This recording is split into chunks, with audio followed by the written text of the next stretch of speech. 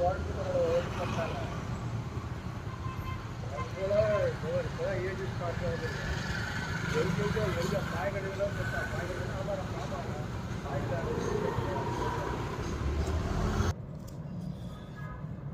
சங்கரா, ஜெய ஜெயசங்கரா, காஞ்சி சங்கரா, காமகோடி சங்கரா. நம்ம ஹொய்சால கர்நாடகா குரூப்பில்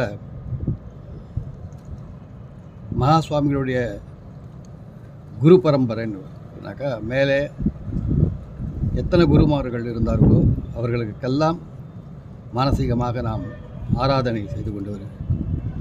அதில் இன்று நமது காஞ்சி காமகோடி பீடம் 58வது பீடாதிபதி ஸ்ரீ ஆத்மபோதேந்திர சரஸ்வதி சுவாமிகள் ஆராதனை வருகிறது. இன்றைக்கு 12/11/2025 அன்று வடவாம்பலத்தில் இந்த வைபவம் நடைபெற்று கொண்டிருக்கிறது. வடவாம்பலம் என்பது எங்கே இருக்கிறது என்றால் பண்ருட்டி பக்கத்தில் ஒரு கிராமம்.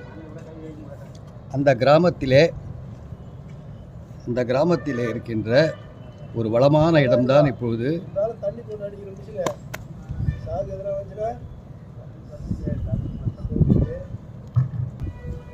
நமது காணொளியில் காணப்பட்ட அந்த பச்சை பசேல் என்ற ஒரு வனாந்தரமான இருந்த இடம்தான் வடவாம்பலம்.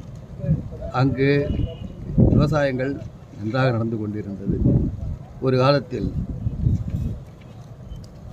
நல்ல செழிப்புடன் இருந்த இந்த கிராமத்திலே நமது 59வது பீடாதிபதி காஞ்சி காமகோடி பீடம் ஆத்மபோதேந்திர சரஸ்வதி சுவாமிகள் இங்குதான் சித்தியடைந்தார்.